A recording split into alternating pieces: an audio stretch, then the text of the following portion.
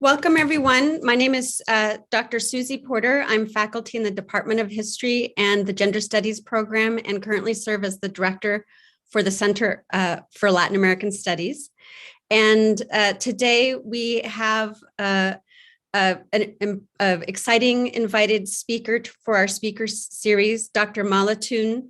And this event is sponsored by the Political Science Research Colloquium. And I want to thank David DiMichele, Laura Gamboa, and Michael Diccio for their work in organizing the talk. And without further ado, we will have Dr. David DiMichele introduce Dr. Htun. And following Dr. Thun's talk, we will have time for questions and answers. David? Morning, everyone, and thanks to everyone for joining us today. First, I just want to give thanks to Dr. Porter and the Center for Latin American Studies for co-sponsoring this event with the Department of Political Science. I'm very excited to have the opportunity today to introduce our guest speaker, Dr. Htun, and to be able to welcome her virtually, at least, to the University of Utah. Dr. Htun is professor of political science at the University of New Mexico. She's become well known for her research on women's rights and social inequalities in Latin America, as well as for her work on strategies to promote inclusion and diversity, including within the academy. During her career, she's published numerous articles with top outlets in political science and the social sciences, including the American Political Science Review, World Politics, Perspectives on Politics, and Latin American Politics and Society. She's also published 3 influential books with Cambridge University Press. Her first 2 books focus on the roles of political institutions in shaping women's rights and ethno-racial representation in Latin America. Her most recent book, co-authored with Laurel Weldon, titled The Logics of Gender Justice, identifies and explains multiple pathways to advancing women's rights around the world. So today, without further ado, we're very excited to have Dr. Htun share more of her recent research on gender politics in Latin America. Thank you so much for inviting me to present in this forum, and thank you, David, for a very thoughtful introduction. I'm really glad to be virtually at Utah. I'm a big fan of Utah, especially the skiing mountains and the canyonland areas in the south, where I would go backpacking on spring trips in high school. But here we are in the COVID world. We're virtual, even though yesterday our governor just announced from 1 minute to the next the end of our mask mandate, sort of took off her mask in the press conference. So the COVID world may be changing, and hopefully we can all meet in person.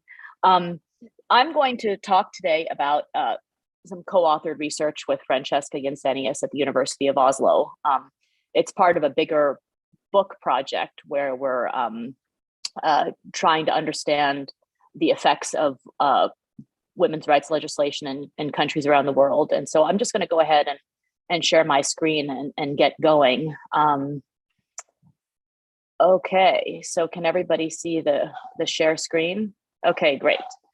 So this paper was just published in World Politics, but I want everybody to read it and potentially assign it. So I'm going to go ahead and give you the basic outline of the argument, but I'll also put it in a broader context, both of my own work and the book that I'm working on with Francesca. So the starting point for this project is what we call the global rights revolution for women. And by that, I refer to a series of massive legal changes we've seen since the 60s and the 70s in most countries around the world, ranging from family law, social welfare policy, childcare funding, parental leave, the liberalization of laws on reproductive rights, equality in the workplace, equal pay for equal work. So there's been a rights revolution in multiple dimensions. And most of my work up to this point has been focused on the question of why. Why do we see these changes? Why do we see variation in legal changes across country? Why do we see them variation across time, and especially between issue areas, which is the framework that Laurel Weldon and I offered in our 2018 book. That is, we were trying to come up with a typology which implied a set of theories for when and why we see advances in women's rights. But over the past 20 years, when I've been talking about these projects, I would always encounter the so what question in forums like this one. People would always pipe up in the Q&A and say, okay, so you have these progressive laws on the books, they look good on paper, so what? Like, are they ever implemented? Are they enforced? Do we see changes in behavior and attitudes, practices generally resulting from these changes? And indeed, there's a lot less research on the effects of new women's rights legislation because it's, as I've discovered, a much harder project. It's a lot harder to account for changes that the laws produce than to account for changes in the laws themselves. And so this is what Francesca and I are trying to take on little by little. We're trying to explore generally across multiple contexts and different issues, whether rhetorically progressive laws that look good on the book, are actually having any impact on social practices. And in this talk today, I'll present the case study of violence against women legislation. Let's see. Okay, I have to have my. So here, these are some figures from an article that we published in Daedalus in a special issue by my dear late friend, Frances Rosenbluth and Nan Cohan, who had a special issue of Daedalus on equality for women. And we had a piece on violence against women legislation there. And we looked at this amazing World Bank data set, Women, Business, and the Law, which if you don't know it, you should go for it and use it. But we looked at this data set and they had information on countries that had adopted legislation or changed penalties or other things relating to the desire to combat violence against women. And you can see from the panel up top that most countries have some form of legislation intending to combat violence against women. Only the darkest colored countries, which include the big bad boy, bad girl of Russia, don't have this legislation in Russia. It's been really controversial. But Europe, Asia, a lot of Africa, all of Latin America and North America have taken action, state action to combat violence. And in the bottom panel, you see that the meaning of violence is not just physical or even psychological violence, but national laws have expanded to incorporate sexual as well as a majority, 66% have even considered economic violence to be a form of violence against women. So it's not just that there are laws on the book against, the most common form, intimate partner violence, of physical violence, but also economic violence. That is, shutting somebody out of family finances, depriving somebody of the right to earn income and so forth. So the question that I started with is, okay, so we have these laws on the books. You saw in the previous slide that these laws are prevalent, but especially in the global South, the predicament is that there's often poor enforcement and uneven implementation of laws that look good on the books. And this may be especially the case when it comes to violence against women legislation. So a scholar like Jackie True, who's an expert, writes in her 2012 book that violence is becoming more common and more egregious across the world. And certainly we've seen in the past 10 years, a lot of changes, a lot of phenomena that increase the risk factors for violence, like the COVID pandemic, economic changes, and civil conflicts. All right, so these factors are theorized to increase the risk factors for all forms of violence. It's also the case that as women become more economically empowered, have jobs, own land, that it poses a threat to the status hierarchy, to men's roles and their perceived position, their perceived self-esteem, and that paradoxically, sometimes women's empowerment can trigger more violence.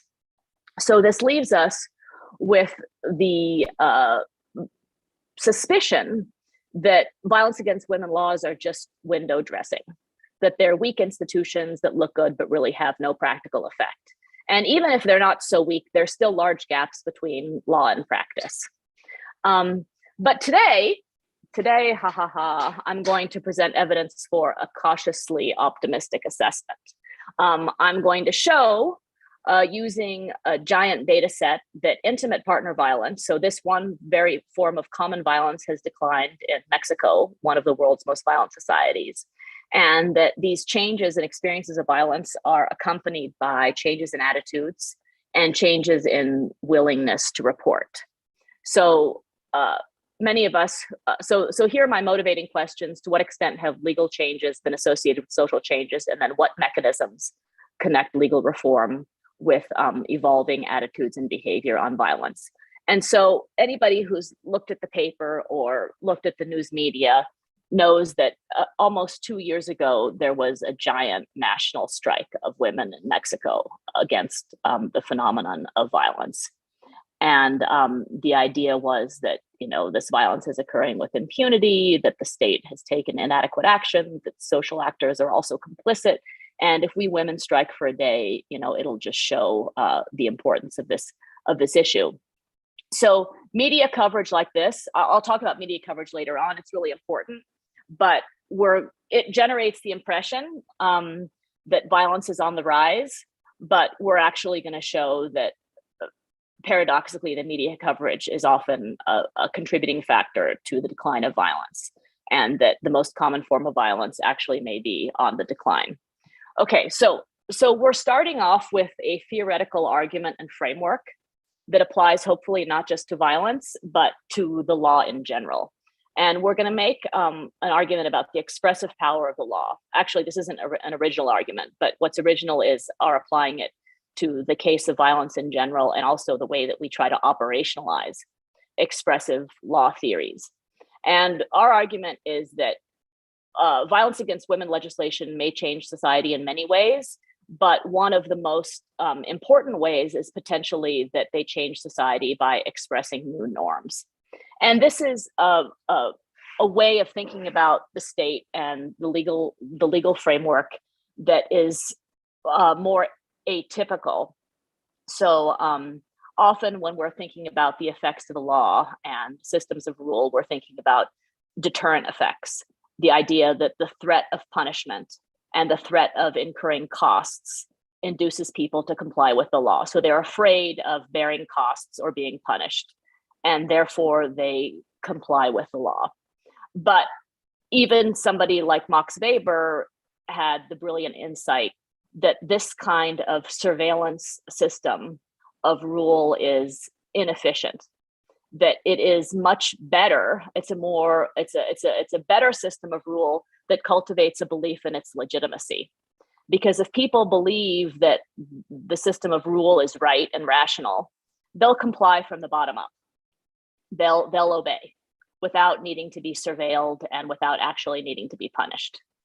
And so we're arguing that the expressive mechanism of the law cultivates this kind of bottom-up compliance, that the expressive power of the law transforms perceptions of social norms, and that people end up complying then voluntarily. And this perspective builds on Richard McAdams's esteem theory. So let me just back up and go for the slides, because I hate it when people are just talking and they don't actually talk about what's in the slides.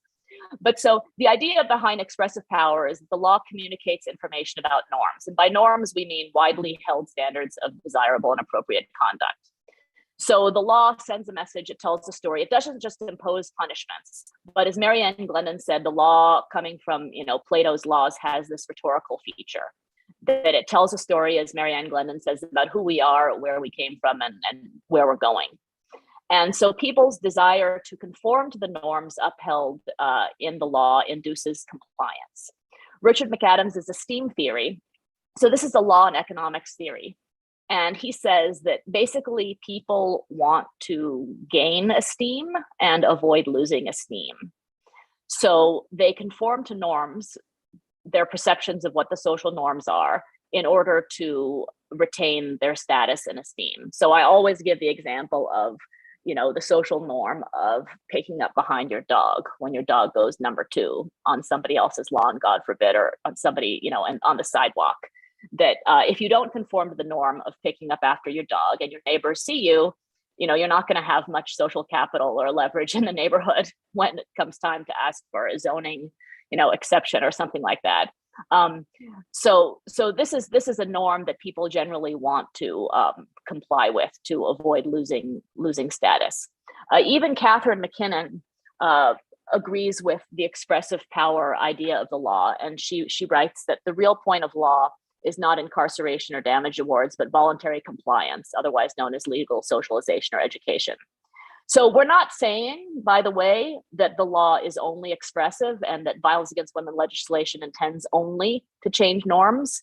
To be sure, these are complex projects that give mechanisms to protect victims, restraining orders, punish offenders, increase terms, like not just consider this to be a crime against honor or a crime that that is easy to escape from, but to punish offenders and, importantly, to coordinate administrative responses. So to get the healthcare system, prosecutors, police, social workers, all on the same page.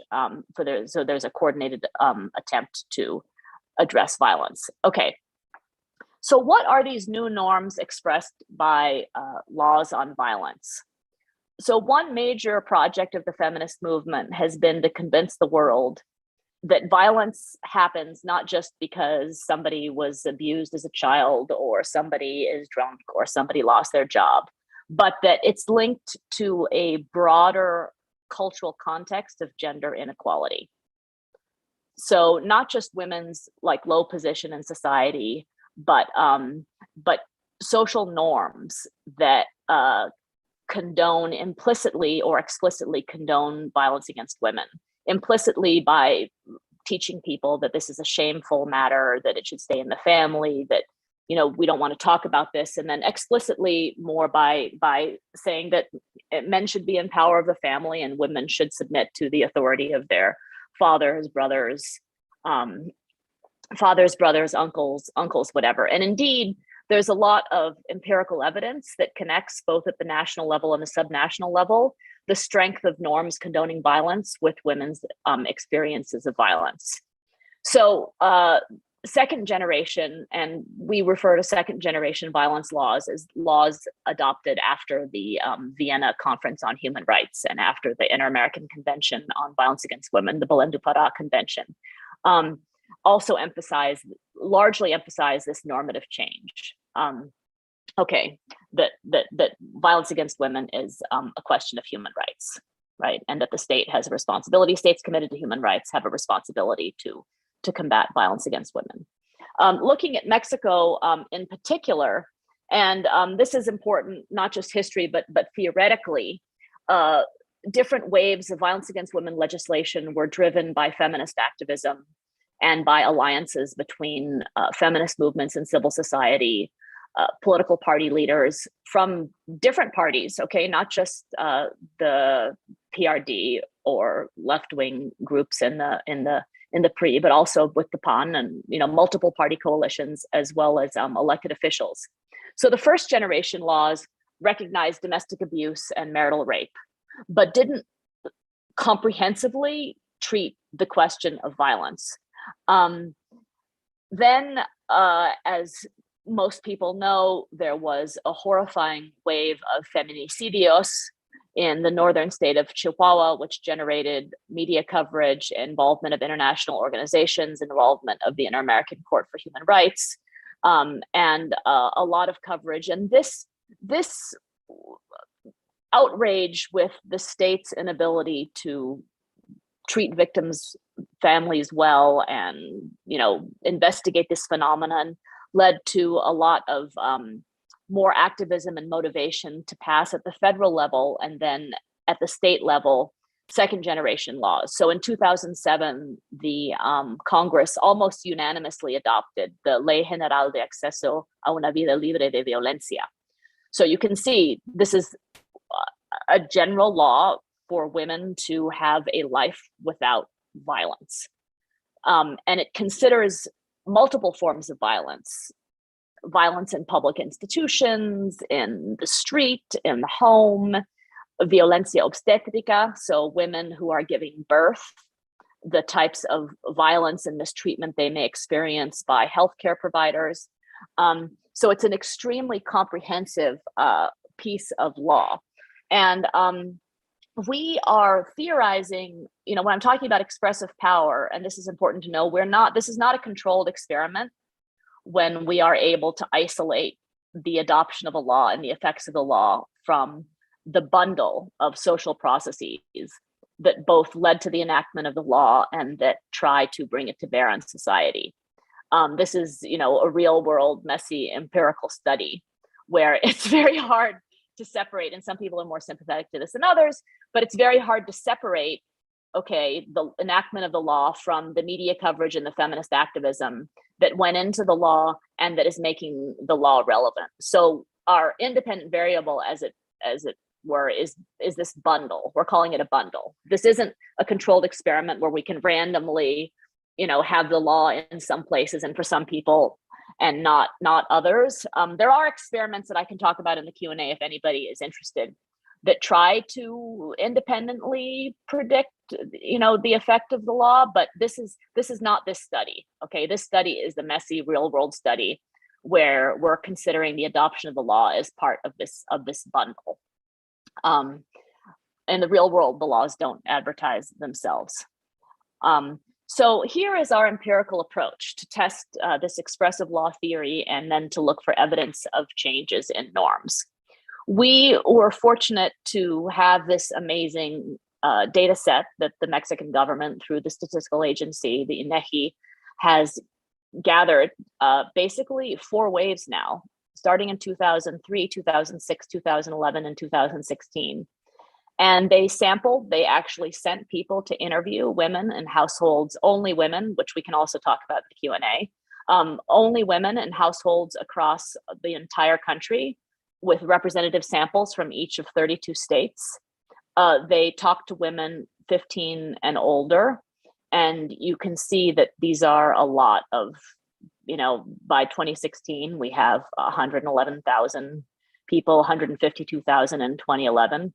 And they asked really detailed questions about living conditions, personal lives, whether they worked, whether they went to school, and a big emphasis, especially in the later surveys, on experiences of violence and discrimination in all of these contexts.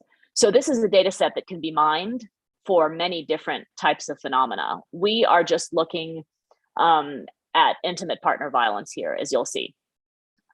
We also, to make the study comparable across waves, we're focusing only on women in a relationship, currently in a relationship, because the 2003 survey focused only on women in a relationship.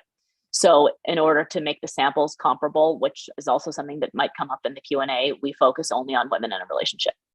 Okay, so how do we know if norms are changing? Here's where we bring in Richard McAdams. How do we know if norms are changing? So he proposes that there are 3 conditions for the emergence of a new norm. 1, growing consensus that a certain behavior is acceptable or unacceptable. Sort of consensus that the behavior merits gaining or losing esteem. So in our context, this implies growing consensus that violence is unacceptable. The second condition is a greater risk that violations of the norm will be detected. So if nobody knows that you're violating the norm, well then, so what? But a greater risk that you'll actually be seen and noticed.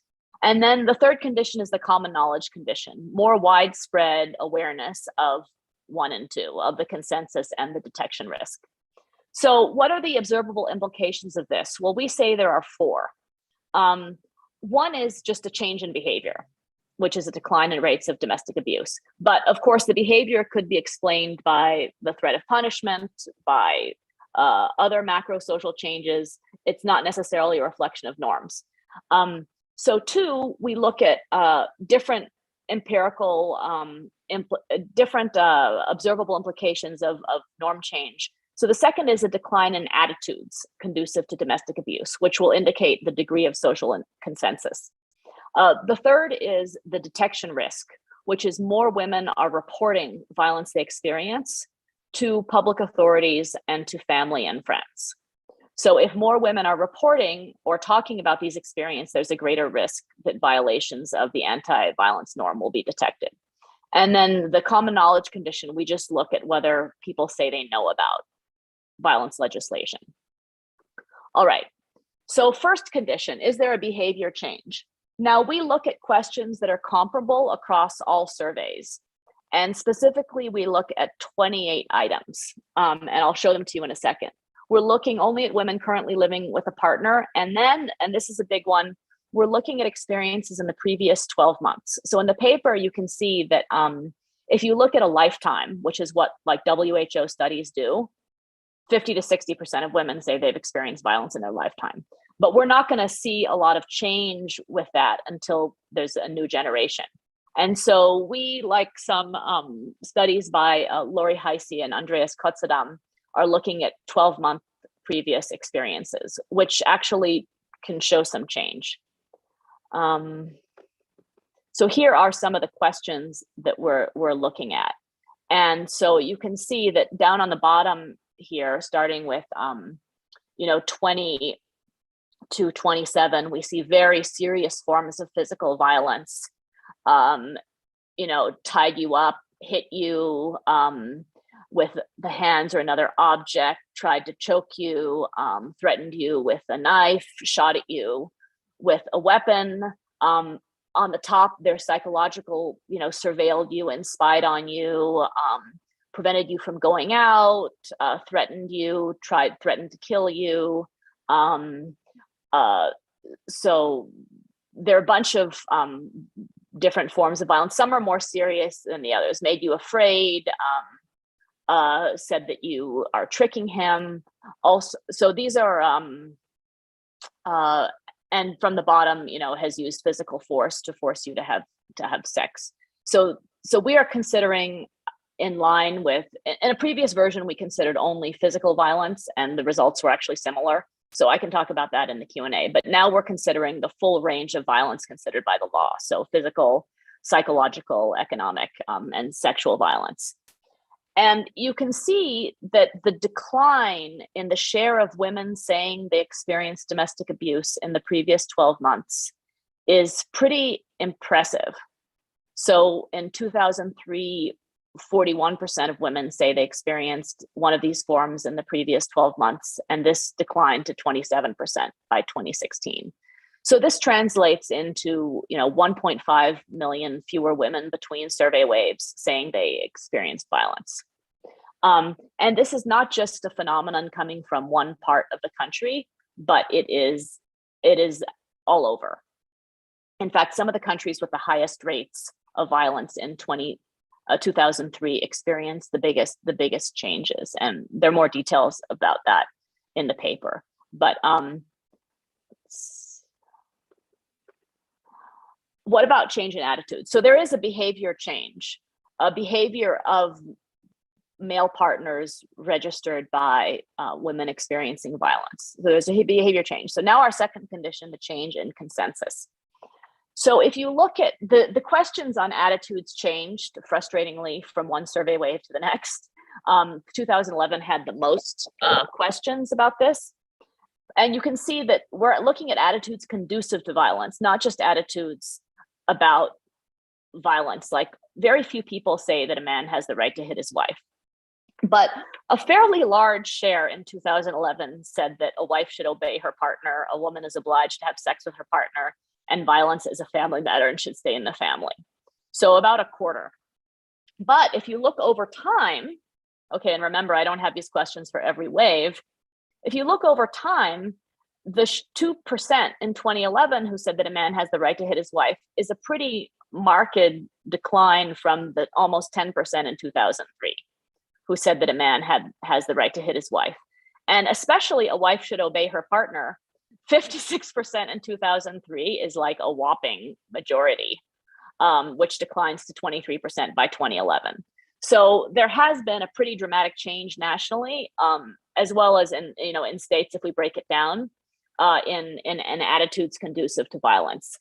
And so you may say, well, but Engelhardt and Norris are right. Violent attitudes about gender equality are changing everywhere. This is part of economic development and secularization and modernization generally.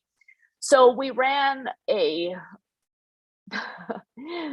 placebo test, and with the idea that if this was just about modernization, we would see attitudes changing on all aspects of gender equality. And so they had one question about whether you agree that a man should be in charge of all costs in the family, which is potentially, something about the sexual division of labor and male responsibility. And you can see that attitudes on this between 2003 and 2011 actually didn't change much at all. So this shows that attitudes on violence may be changing faster than on other areas of gender relations. And we don't have a law specifically on this issue. Okay, so the third condition is the detection risk. And this is, actually, this is not, anyway, this is an older, I actually don't want to show you because we coded 2016 wrong. Somehow, let me just find you, okay. I know we're on YouTube and this is embarrassing, but let me show you. Yes, during the R&R process, we realized that we had coded 2016 wrong. And so somehow that slide still made it into this, so let me show you the right slide because I don't want to mislead you about how impressive these reporting results are. So just bear with me. My computer is, bear with me while I show you the most current slide.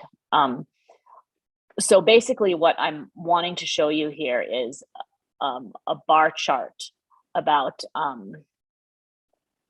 okay. So I'm gonna show again, off script here. Can somebody wave and so that you're still with me? Because I also have internet problems, right? And as far as the mountain states, Utah has advanced in the broadband era faster than New Mexico. So this is the share of women. So they asked about reporting only physical domestic abuse, physical intimate partner violence. And we see that there is an increase in the share of women who had experienced physical intimate partner violence who say they reported it to the authorities.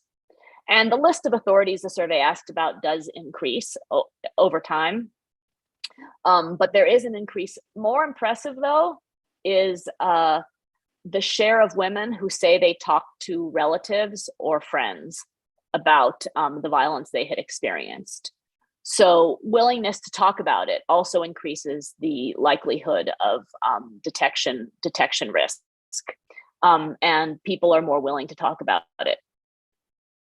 Okay, let me go back to this. The other slide, okay, I have to share again, back to my script here. The other interesting thing here is that the reason, so the survey asks women about their reasons for not reporting violence they experienced.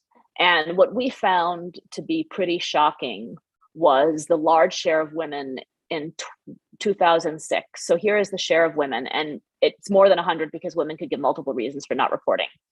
But under here, the share of women who said that they didn't report because the violence they suffered, and remember, this is physical domestic abuse, was not important. This was between 30 and 35% in 2006, women who said, I didn't report because it wasn't important. And you can see that by 2016, this not important judgment on the part of women goes down, meaning they're less likely to say that they didn't report because it wasn't important, but they're afraid. So they're more likely to say they didn't report because they were afraid. So the final condition, and then I'll start wrapping up here, is knowledge of the law.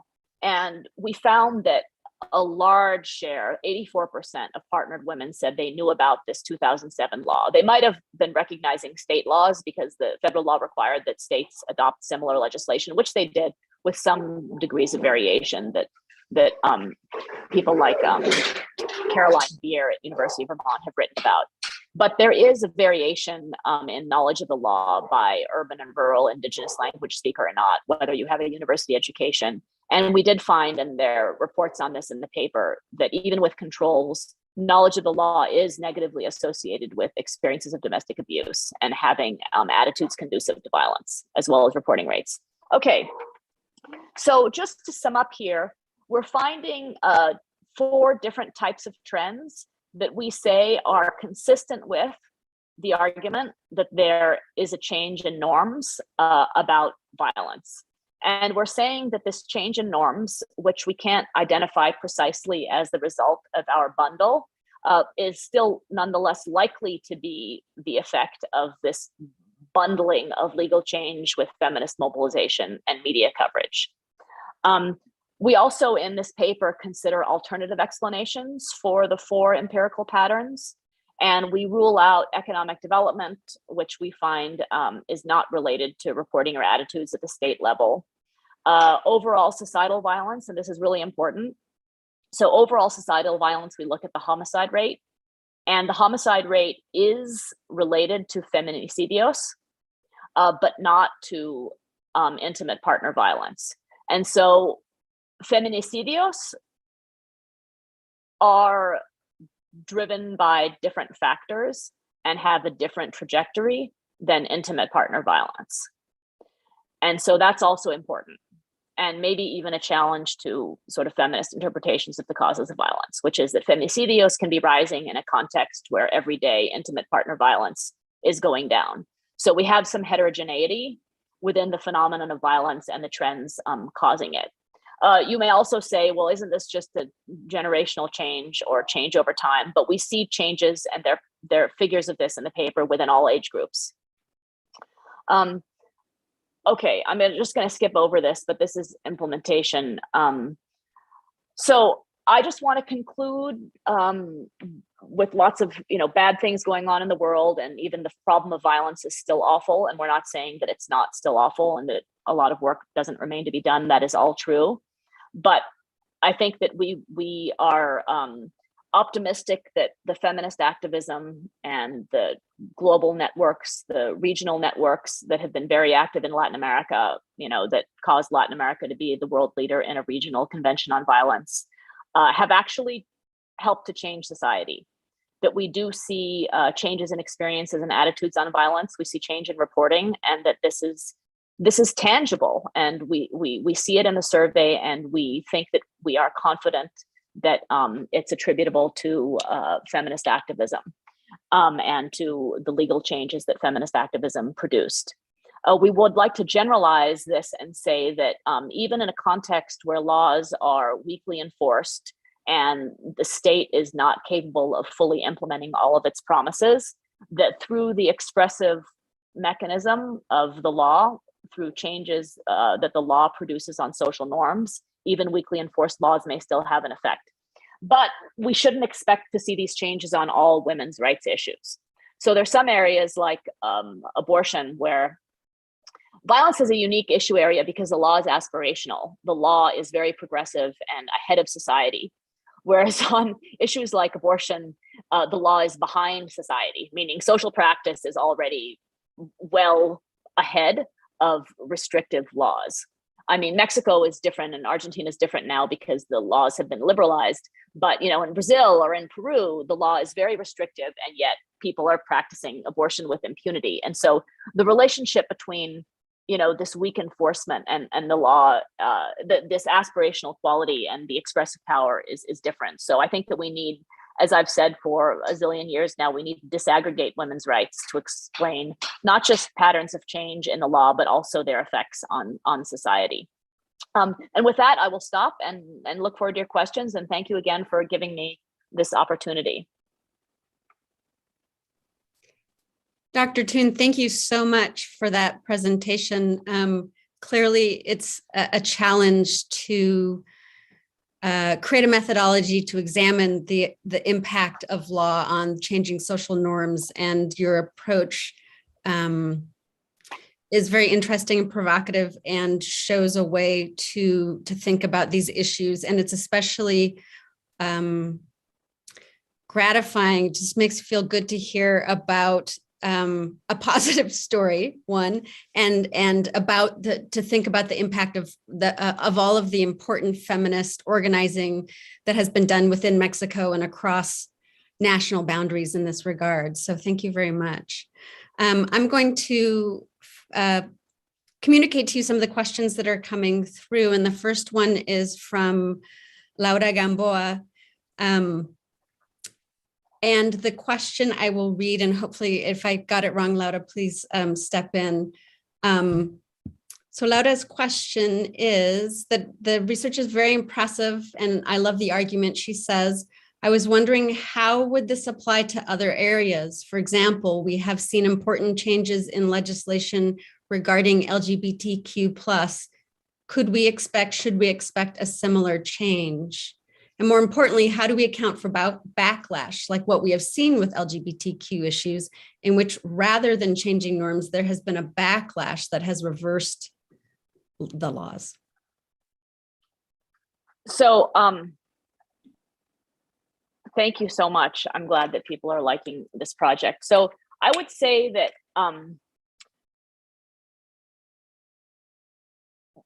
legislation, so for example, I don't think that equal marriage legislation is aspirational. It's like you can get married or you can't. But I think that what's aspirational about LGBTQ rights is, for example, non-discrimination in everyday relations and non-discrimination in employment. Like, this is something that will be put into effect in the everyday of social practices, and the state can't surveil it. So this is an area where we could try to see if there's an aspirational effect by, I think, through surveys of people's experiences in the workplace. So I do think this framework applies to that issue, maybe of non-discrimination, equal treatment in the workplace, and perhaps even in other types of institutions. But here's the difference. The enactment is very different, because we had in violence against women in Latin America anyway, there was no interest group that was pro-violence. So there was no interest group saying, we want the right to, hit women or to, sexually abuse women. There wasn't like a force. Even the Roman Catholic bishops, in other countries there is a force, but in Latin America anyway, there was no interest group opposing these, opposing the enactment of this legislation as a matter of principle. With LGBTQ issues, there is, right? I mean, there are people who say that marriage is between a man and a woman. This is a what you call a sacrament, whatever. This is the way it should be. So there is a principled opposition. And so the enactment patterns, I think look different. And so in terms of the backlash, yes, that's where you're seeing the backlash come. But yeah, we can talk about the backlash later. I have now people moving around in my kitchen. So, but yeah, I think that's a big, we would call it in our framework, the Laurel and my framework, we would call it doctrinal, that often, these touch upon a doctrinal element. And so the patterns are different. Okay. Mm-hmm. So just as a reminder to our audience, if you would like to send in questions, we'll be reading them out. And I'll move on to the next question that we have, which is from Dr. D. McKelly. On the topic of challenges of observational studies, some of the indicators begin to decline before the passage of federal law, perhaps driven by the so-called bundling, or as you name it, bundling of activism and law. But I'm wondering if the survey data can leverage subnational variation in state laws prior to the federal law to assess these effects. Okay, so those are great questions. All of these are great questions. Let me just take this apart by two. So yes, very observant that indicators decline prior to the federal law. And that's also why we're coming up with the backlash argument, that we're looking at the effect of legal changes over time and not necessarily this federal law. The federal law was a landmark, but there were other laws before it, on domestic abuse and marital rape and so forth. So yes, that is exactly the bundled effect. Okay, so subnational variation in state laws. Caroline Beer has looked at both state laws prior to this big federal law and then state laws implementing the big federal law. And she has found that she's also trying to explain enactment, but she's found that feminist activism, and not like the number of women in the local legislature, is associated with more progressive laws. But now let me just show you. Okay, now is time for my other. I'm going to show you the slide that I didn't show you before, which is we do look at variation in implementation of state laws and the change in domestic abuse and reporting. And so there is some data on the extent to which states have implemented. Have they done everything that the state law requires the government to do? And we find that there isn't such a close relationship between implementation and experiences of abuse, but there is in reporting. And so we do interpret this to mean that if the state is more compliant, that it does increase women's confidence about coming forward. And so we do see, so this is, I'm just answering your question by saying we are able to leverage some variation at the state level to talk about expressive power. And the idea here is that reporting is not a function of how much abuse is going on, but it's a function of how safe and how comfortable women feel about the risks associated with reporting. Because reporting is risky. I mean, it can risk isolation, you can risk ostracism, you can risk like further abuse, you can risk being re-victimized by public authorities. And so, you know, the implementation, the fact that good implementation is increasing reporting is a really good thing. And I feel a little odd interpreting David here.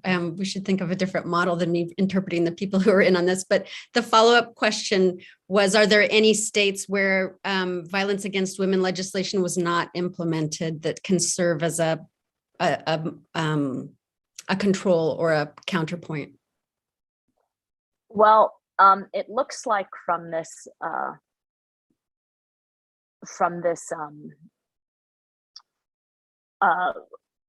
graph that Chihuahua and Yucatan and Tabasco are states where the implementation was poor. And so it's striking, right, that Chihuahua has been in the spotlight and, you know, had so many problems, and yet implementation is poor. But this isn't what our study is doing. Like, we're not out there on the ground looking at state by state variation. But I think if anybody wants to sell a dissertation or write a dissertation and go and pick, you know, a few cases, both, you know, that have good implementation, that have bad implementation, and look at the micro mechanisms, I think that would be a great project. And by the way, we also don't have more geographically refined data below the state level. Like, we just have the state. So that in a way leads into the next question that perhaps you've already answered, but to include it. Thank you for this interesting and important presentation. I was wondering if there's evidence of a rural-urban divide in the changes in attitudes about IPV. Yes. So generally, so first of all, the attitudes have changed everywhere, but the attitudes are more progressive in the urban areas. So one argument that we've dealt with and that we consider in the paper is this just global diffusion of ideas? So that would be an argument that the law has no impact, that there's just global diffusion through, you know, media coverage about international conventions, about, you know, condemnation of human rights abuses globally and so forth. And that this diffusion, this through a world society mechanism, is affecting people's ideas, and that national legislation doesn't matter. And we're trying to argue that national legislation does matter, and that you see changes even in people who would be less likely to be affected by the global diffusion of ideas. So people in rural areas and people speaking indigenous languages. Their views aren't as progressive, but they've still changed. Thank you. The next question is, what, if any, role did courts and judicial review play in giving effect to these laws on violence against women? So Latin American countries, and Mexico has changed its system of civil and criminal procedure, but Latin American countries have civil law systems where the weight of precedent and prior judicial decisions is not as important as in the common law system, the Anglo-American common law system. So when the law changes, it's because the legislature or a group of experts appointed by a minister or the legislators have sat down and written this giant tome of criminal law or civil law. And so, even if individual judges are infuriating people by letting, murderers off or serious wife beaters off, it doesn't have the same, there's more randomness. It doesn't have the same precedential weight. So I would say, that said, with abortion decisions of, the Supreme Court, those have had an important impact, but the legal system is different. And so what counts more are these giant codes written by legislators and legal experts that the legislature enacts more than judicial review. That's the answer. As to we have a couple more questions. Well, I would just want to get to the evangelical and Catholic leaders one. Oh, you see that? Chat. Yes. Okay. Yes. Oh, yeah. I was going to ask. Okay. Go ahead. I didn't know if you saw the chat. Yeah. Go ahead. Yeah. So I think that in Latin America, anyway, this is not a doctrinal issue, pitting people who are religious leaders from people who are not. Violence, that is. In other contexts, some Muslim majority societies, there are religious actors, extremely, retrograde, entrenched religious actors who say that,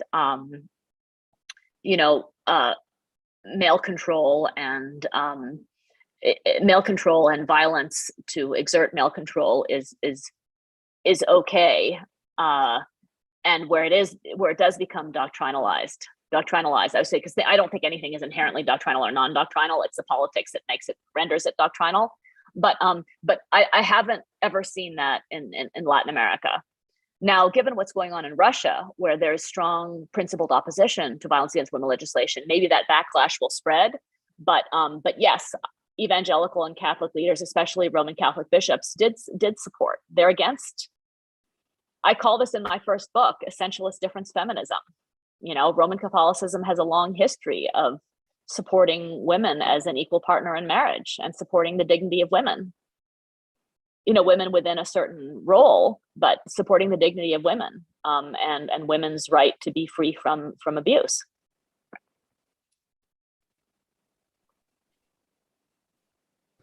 Looks like we have one more question.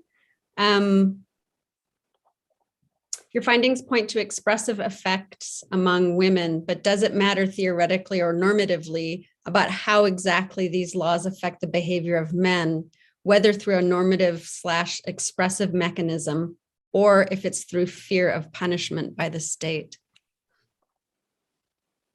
That's a great question. So the expressive effects we're indirectly looking at expressive effects among men. And I think it matters. So I think it matters whether they want to conform to norms or they're simply afraid of punishment.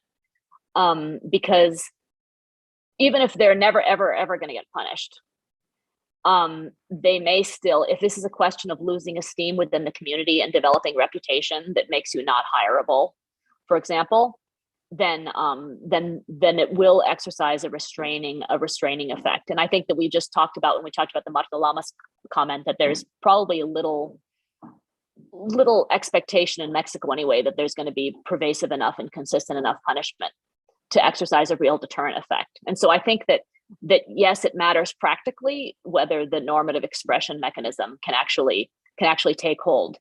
Can we tell empirically what men's motivations are? No. Through these data, we certainly can't tell. And probably that's something where you could do a controlled experiment, like a lab experiment, to tell what the motivations are. But I do think it matters in a context of arbitrary state action and arbitrary state enforcement to have the normative expression be powerful. And I'm not saying that strong social norms are always good. It's like social capital. Like sometimes it can be good, and sometimes it can lead to the rise of Nazism. And so I think that strong social norms can be both good and bad. I mean, they can be both imprisoning, but because they're imprisoning, I mean, I think they can be repurposed for progressive ends for human rights.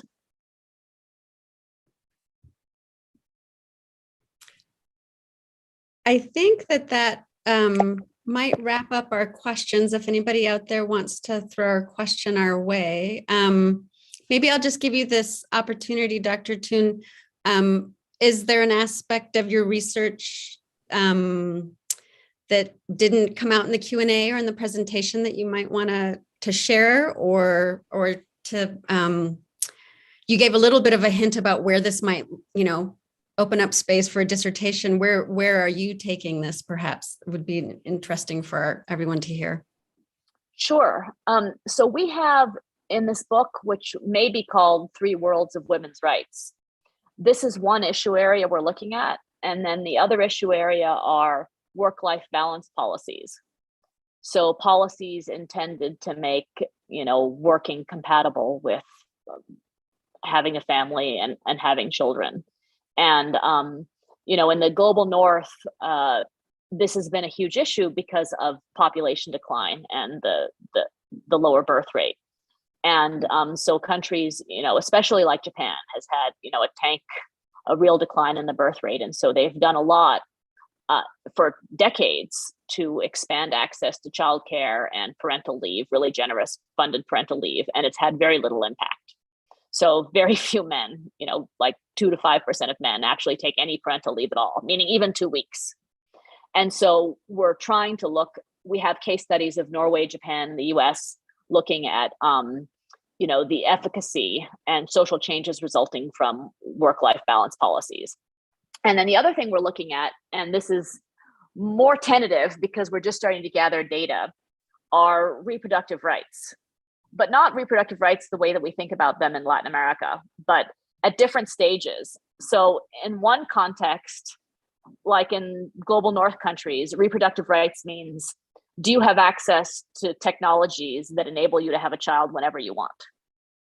And there's actually a lot of variation in whether the state permits people to have access to IVF and commercial surrogacy, right? It's not like, most countries are not like a US free-for-all, where you can just, go to any clinic and access IVF. In fact, until recently in Norway, you couldn't. It was not legally permitted to get IVF. So that's in the global north. There's this debate. Reproductive rights means, can you have a child whenever you want to? Can you freeze your eggs? In countries sort of middle range like Latin America, it means, can you control whether or not you have children? Like, do you have access to birth control? Do you have access to the ability to decide whether or not you want to carry this pregnancy to term, even if you're raped? Like, that's sort of a middle range set of issues. And then there's a giant group of countries where the relevant reproductive rights are, can you have a child without dying? Like, are you able to have a trained attendant there if you're having birth? Or do you run the risk of, a fistula or a massive hemorrhage, or can you have a child without dying? And so reproductive rights, we're kind of theorizing as this concept, which means like radically different things. And anyway, so that's sort of how that's just a crazy preview of what we're doing with this reproductive rights issue. But we want to drive home that, national contexts and contexts given the amount of state capacity and economic development mean that the experience of pregnancy and birth, and regardless of your the nature of your partnership, can mean very different things. Well, so that's where we're going. Yeah, fabulous. Well, to respond to your hope that people will assign this article, I'm in the middle of teaching a course on gender and power in Latin America, and I'm going to slip it in before we get to the end of the semester because this is, I think the people will find it very compelling. So thank you. And I look forward to I think I can say for everyone, we look forward to where this is heading and the final project and the comparison of those different aspects of the relationship between law, policy, and the implementation of rights and exercise of rights. Great. So I think that's it. I guess I'll close by thanking you for taking the time to be with us and to bring your beautiful scenery with you. Iceland. Iceland. Oh, very good. Yeah. And thank you to David and Laura for the organizing, and to the Department of Political Science for co-sponsoring with the Center for Latin American Studies. Just really wonderful. Thank you so much. Thank you so much for coming, and thanks for the great questions and for the invitation. And I hope to come to Utah soon. It looks like you've got a great group of colleagues there. Yes, we'll look forward to that. Okay, bye. Bye.